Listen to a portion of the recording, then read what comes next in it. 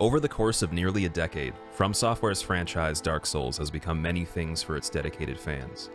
An experience to share with others, an adventure to tackle alone, and even an experiment to raise the perceived ceiling of a player's ability. On my livestream, I get asked on a regular basis, which game is the most difficult? I'm going to be straight up before you watch the rest of this video. There is no single definitive way to rank the difficulty or compare in my eyes. This is going to be an analysis of base mechanics that are alike, which differ, and which do not. Although there is not a huge amount of difference, some of the things definitely get underlooked. Quick disclaimer, I don't include parrying as I feel it's not essential and a bit more advanced than these other categories. There may be other things missing like magic and projectile combat, but I don't believe those best represent my points here. Now let's look at some of the best mechanical advantages or disadvantages as the series expanded. As always, I would love to hear which game you had the hardest time playing through originally, for speedruns or for challenges, so leave a comment below. Estus consumption. First, we will compare the speeds of Estus across all three games. Dark Souls 1 seems to have the longest animation. Dark Souls 1 and 2, however, do not let you drink Estus in motion. Dark Souls 2 does feature life gems, and you can use them in motion, but with less availability or increased cost to obtain. Despite the rate of HP regen, from a mechanical standpoint, DS3 Estus is objectively more accessible. Humanities, Effigies, and Embers. Humanities heal full health and are quick to pop in Dark Souls 1, but require a bonfire to become human. Upon becoming human, you may kindle increasing Estus quantity, but you need a key item that's usually obtained mid-game from the boss pinwheel. Dark Souls 2 Effigies don't replenish health that's missing from the total bar, but rather replenish the bar's maximum health back to normal from the hollowed deficit. Dark Souls 3 Embers do increase any health lost, but require you to be unembered, meaning they can't be spammed for health at any time. I give Dark Souls 1 the best humanity item system as it doubles as a heal. Resins. Using buffs is the same in each game. Your movement is restricted and the casting time is similar. There was a modification finally made to this mechanic seen in Dark Souls 3 with the addition of bundles, where you can run and buff at the same time and get slightly more damage and trade for a shorter buff timer. This makes Dark Souls 3 overall the best game for basic buff mechanics. Equip loads rolling.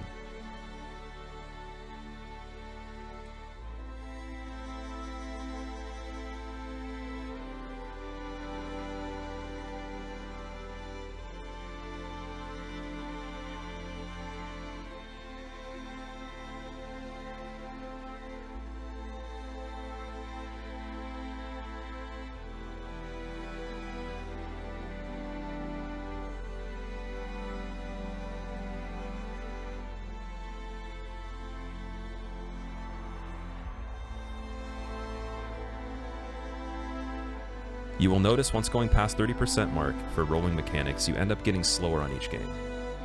At 100%, you become extremely slow and cannot roll.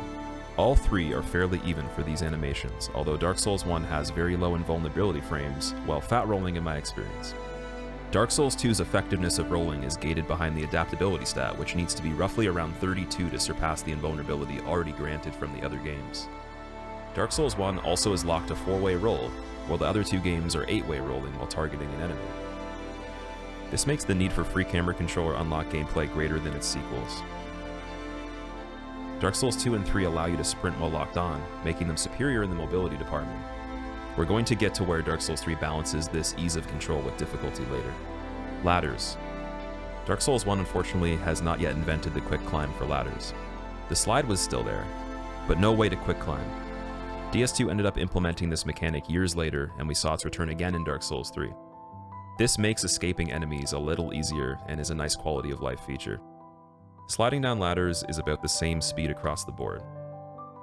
Hand stances.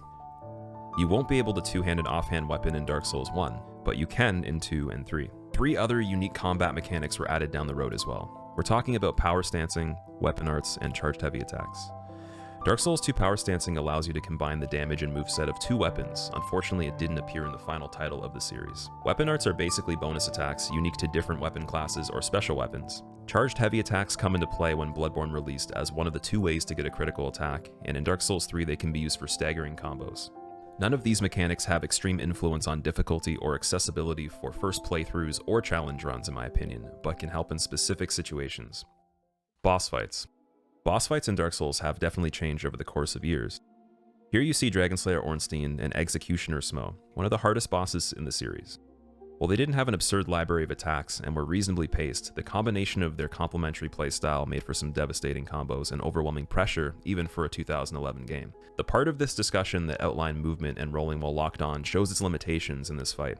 You are much better off not permanently locking the camera on these guys, as visibility, accessibility, and mobility greatly can decrease. Jump to Dark Souls 2. Throne Watcher and Defender, while much more simplistic than Ornstein and Smo, are one of the scarier fights in the main game. The key difference with difficulty here is that you can fall into a pit all around the outside of the arena, and while the enemies are a tad slower and less fancy than some other duo bosses, there's no environmental barriers to delay their pursuit. This is a sneaky way of increasing difficulty without really making the enemies that complicated.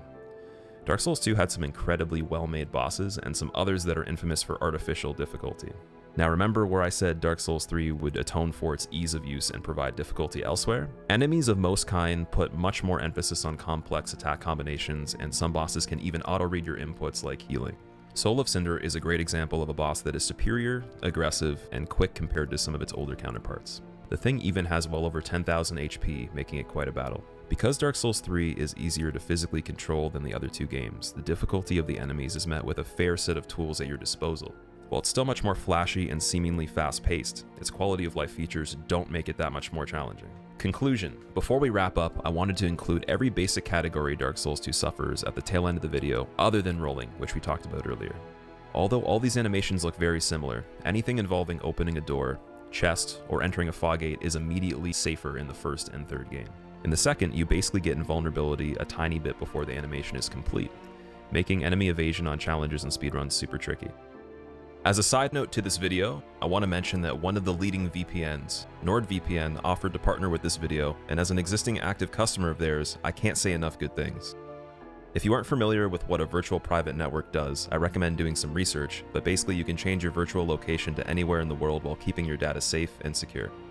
This can be very useful to watch your favorite Netflix shows that aren't available in your country, or other media deemed inaccessible due to international barriers. The number one reason I love Nord is because it helps protect your information while working, in your personal life, or even when you're traveling. Better yet, with one subscription, you can cover multiple devices, and the setup is really just a couple clicks or taps. Their network uses double encryption and does not collect your data. Just a couple more reasons that make it the best value for speed of service and peace of mind. As someone that also live streams often, I find their desktop app is a great addition to my overall setup. Right now you can get 70% off a 2-year plan plus 1 month free using code Squilla or my referral link in the video description. Alright, here's my conclusion. For a first playthrough, I think the navigation of Dark Souls 1 alone will be harder than some of the combat once you get the hang of things, and the sheer volume of content in 2 will take you the longest to complete, making Dark Souls 3 the most simplistic to run through with the most complicated enemy designs. When we look at how accessible each game's basic mechanics are for challenge runs or speed runs, there's not too much of a gap between overall difficulty in most cases. For all of these reasons, combined with the experience I've gained over the years, I feel there is no hardest game in the trilogy. If you've never seen a speedrun and or challenge run like Zero Damage for example, I encourage you to check out my other videos to get a feel of the differences you may find advantage or disadvantage in from a more technical point of view. Let me know in the comments below which game of the 3 you had the hardest time on for the first time, and if you happen to do any sort of special runs, which was the hardest run of those for you. Now if you did like this video, make sure to hit the notification bell so you never miss new content, and as always, take care.